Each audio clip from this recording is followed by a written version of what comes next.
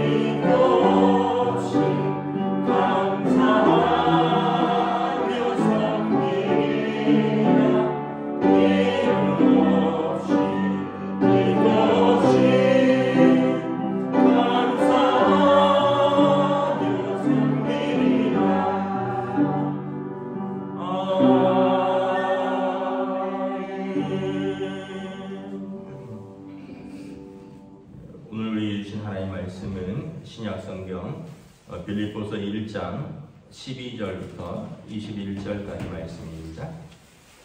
빌립보서 1장 12절부터 21절까지 말씀입니다. 다 찾으신 줄 알고 저와 여러분들이 한 절씩 교도하도록 하겠습니다.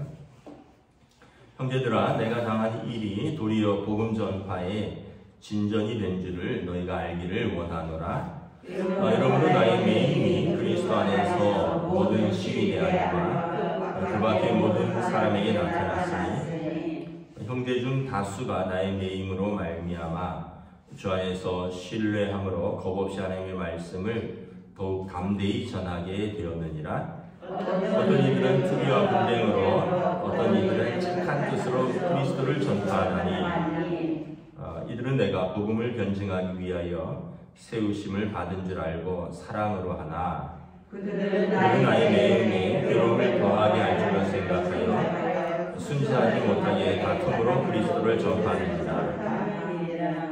그러면 무엇이냐?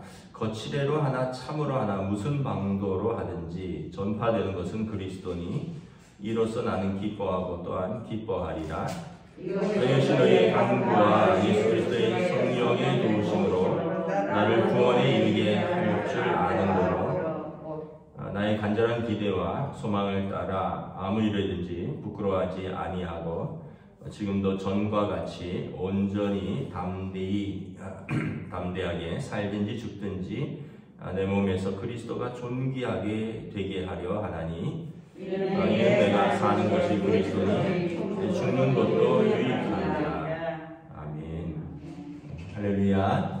네, 오늘 또 새날이 시작되었습니다. 우리 주님 주시는 은혜와 평강이 가득하시기를 축복합니다. 네, 오늘 말씀에 보면 바울 사도가 나는 어찌되든지 그리스도만 전파되면 나는 기쁘다 이런 말씀을 하고 있습니다. 13절에 보면 나의 매임이 그리스도 안에서 모든 시위대안과 그 밖에 모든 사람에게 나타났다. 로마 감옥에 갇혔고 그 시위대는 이제 로마 로마 궁전에서 왕을 지키는 사람들이 시위대입니다. 그러니까 우리로 말하면 뭐 대통령 경호부대 같은 거죠. 그러니까 지금 황제에게 재판을 받기 위해서 로마 시민권자인 바울 사도가 이제 예루살렘에서 고소당해서 지금 로마로 압송되어 있는 상황이잖아요.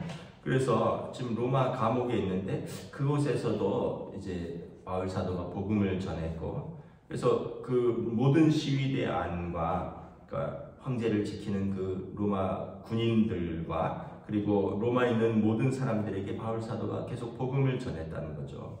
그러면서 이제 12절에 보면 형제들아, 빌립보 형제들은 바울 사도가 로마 감옥에 갇혔으니까 굉장히 걱정을 하잖아요. 그래서 빌립보 교회에 편지를 쓰는 겁니다.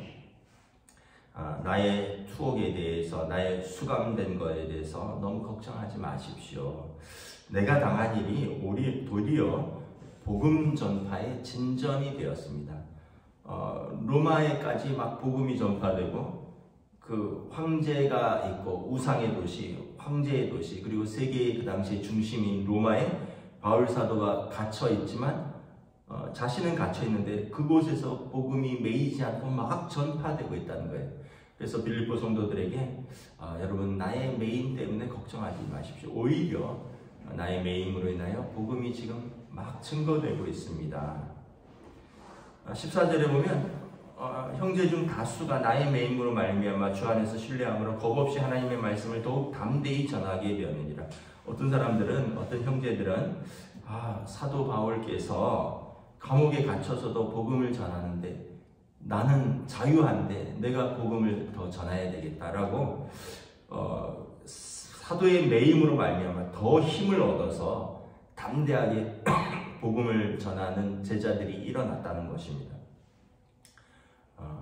그래서 바울 사도가 나의 매임이 또 많은 형제들에게 도전을 주고 그들이 담대하게 복음을 전하는 계기가 되었으니 난 이것으로 족하다. 근데 또 어떤 사람들은 15절에 보면 투기와 분쟁으로 복음을 전한다는 거예요. 아니, 투기와 분쟁으로 복음을 전한다는 것은 무엇입니까? 투기는 뭐예요? 내가 저 사람보다 더 잘나야 되는데 저 사람이 더 잘난 것 같으니까 시기하고, 그래서 그런 마음들이 가득하고 그런 게 투기죠. 그래서 어떤 사람들, 바울이 지금 감옥에 있으니까 요때 내가 바울보다 더 열심히 한번 전도해보자. 그래서 내가 바울보다 더 사람들에게 인정을 받자. 그래서 내가 또 사람들에게 칭찬을 받자. 그리고 감옥에 있는 바울은 이때 내가 더 사람들이 인정받고 더 열심히 전도했다는 것 때문에 당신은 좀 괴로워봐라. 이런 마음으로 복음을 전하는 사람도 있다는 거예요. 17절에 보면 어떤 이들은 투기와 분쟁인데, 그래서 그들은 나의 매임에 괴로움을 더하게 할 줄로 생각하여 순수하지 못하게 다툼으로 그리스도를 전파하느니라. 그러니까 참 어떤 면에서 보면 그 의도는, 동기는 그렇게 선한 동기는 아닌 거예요. 그런데 결과는 복음을 전하는 거예요. 이제 저는 뭐 사실 개인적으로 좀 그런 거는 별로 이제 좀 안 좋아해. 어떤 걸 안 좋아하냐면 옛날에 교회에서 전도 무슨 상할 때 몇 명 이상 금반지 뭐 몇 명 이상 뭐 무슨 TV 뭐 몇 명 이상 뭐 그래서 아니 전도를 열심히 독려하고 또 전도한 분들에게 또 교회가 격려하는 의미에서 상도 주고 이런데 이제 어떤 분들은 이제 그게 목적인 거예요. 아 그래? 그래갖고는 그럼 내가 뭐 이제 예를 들면 내가 10명 이상 하면 금반지라며 알았어 하고는 막 어쨌든 막 그렇게 전도를 하는 거예요. 그래서 동기는 사실은 영혼에 대한 사랑이라든가 뭐 또 그 하나님의 말씀에 대한 사명 뭐 이런 것보다는 금반지 10명을 채우면 금반지를 준단다 교회에서 몇 명 이상 하면 뭘 준단다 그래갖고는 막 이렇게 이웃에 뭐 이쪽 할머니도 데려가서 앉히고 저쪽에 같이 목욕탕 다니는 저 아줌마도 데려와서 앉히고 그래서 어쨌든 뭐 한번 오면은 이제 등록 이렇게 카운트가 되니까 그래서 연말에 뭐 금반지도 시상하고 근데 그 중에서 그런 사람들 중에서 또 복음을 듣고 예수를 믿게 되고 예수님의 제자된 사람이 있죠. 그러니까 어떤 면에서 보면 뭐 그런 차원으로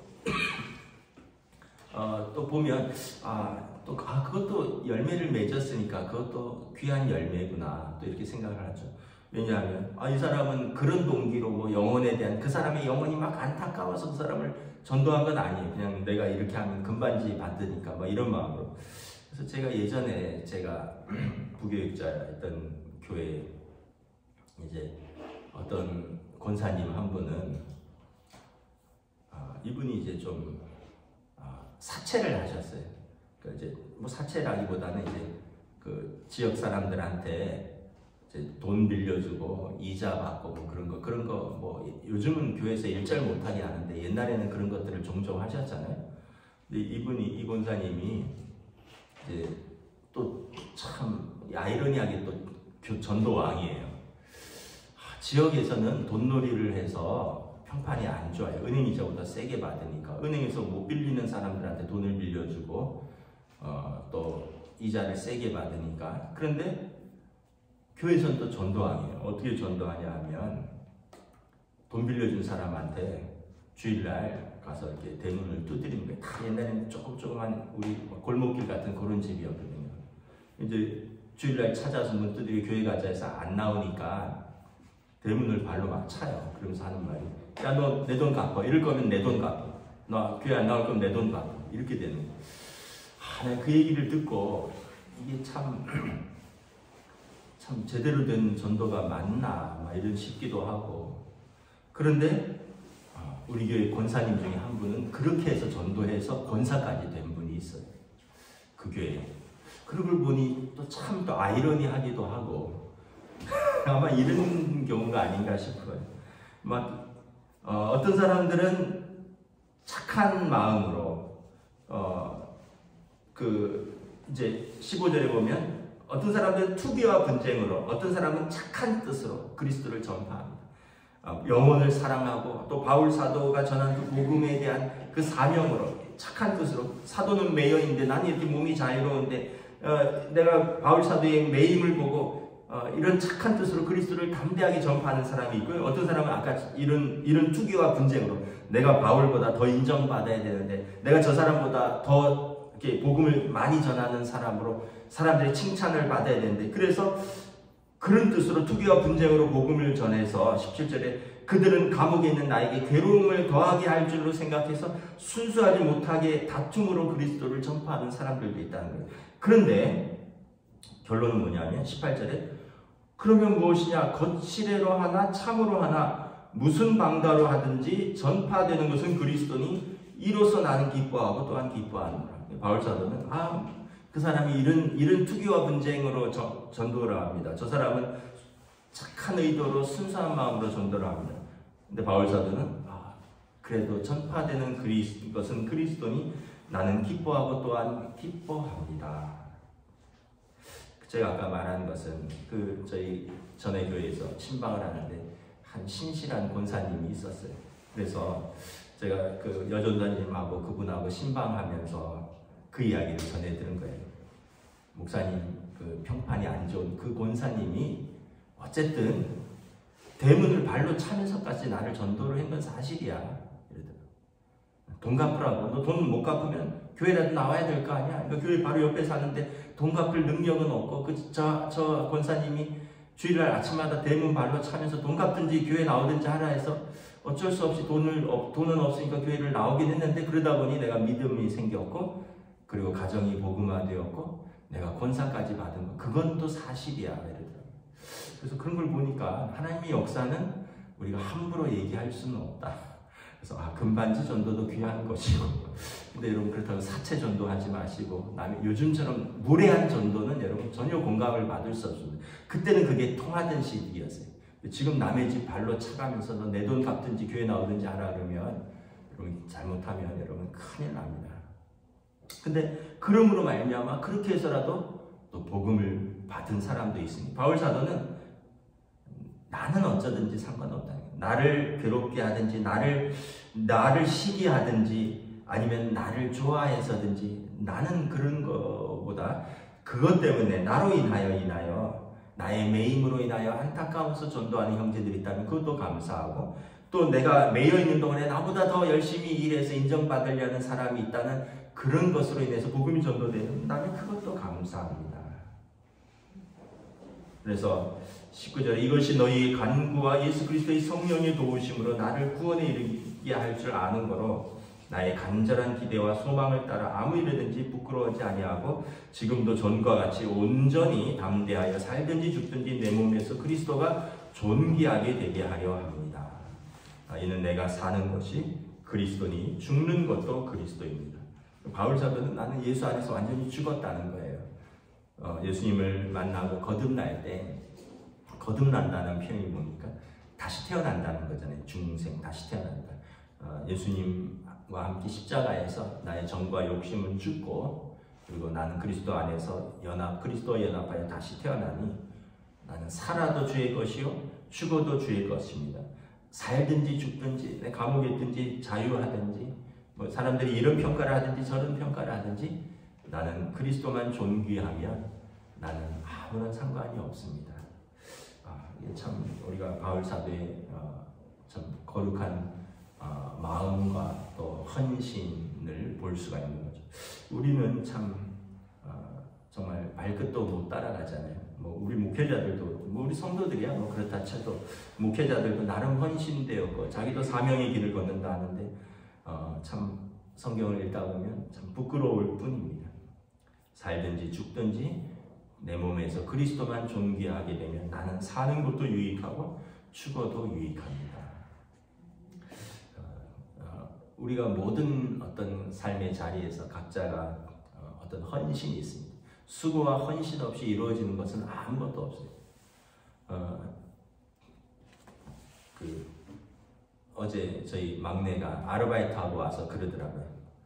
아이고 막 빵집에서 아르바이트 하는데 이제 뭐 하다 보면 쓰레기도 버려야 되고 설거지도 해야 되고 또 그 일하는 요즘은 이제 고등학교 졸업했기 때문에 2시부터 뭐 10시, 11시까지 일하니까 8시간, 9시간 계속 서서 왔다 갔다 일하죠.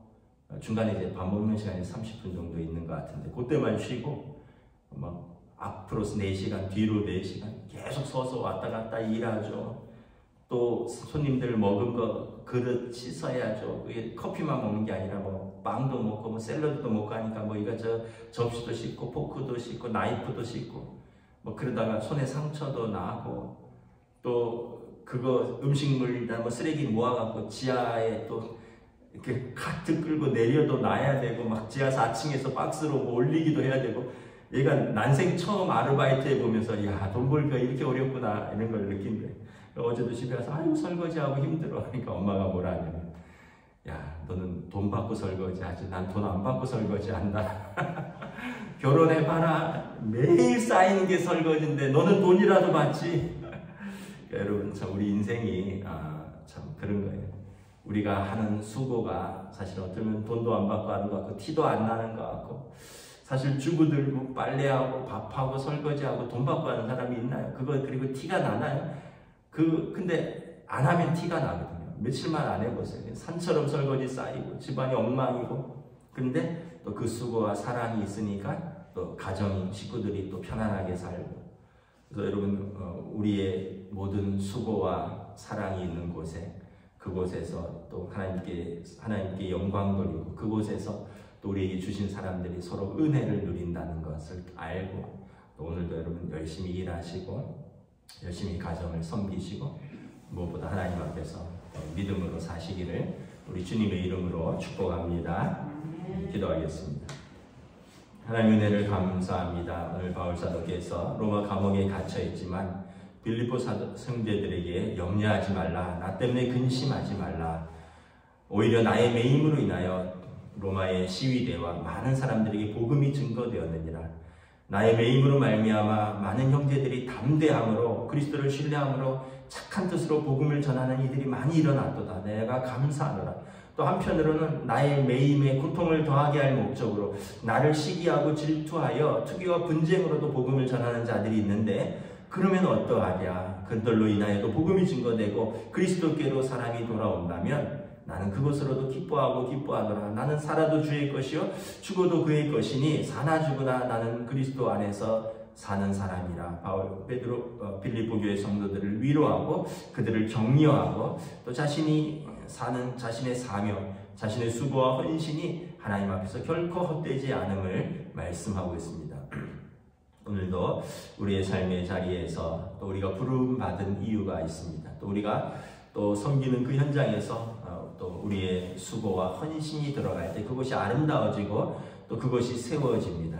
하나님께서 주신 마음으로 또 하나님께서 주신 사랑으로 하나님께서 주신 사명으로 우리의 부름받은 그곳에서 우리가 믿음의 삶을 살고 또 우리에게 주어진 사람들을 사랑하며 하나님 뜻 안에서 살아가는 귀하고 복된 하루로 인도하여 주시옵소서. 감사를 드리오며 우리 주 예수 그리스도 이름으로 기도드리옵나이다. 아멘. 하늘에 계신 우리 아버지 이름을 거룩하게 하시며 아버지의 나라가 오게 하시며 아버지의 뜻이 하늘에서와 같이 땅에서도 이루어지게 하소서.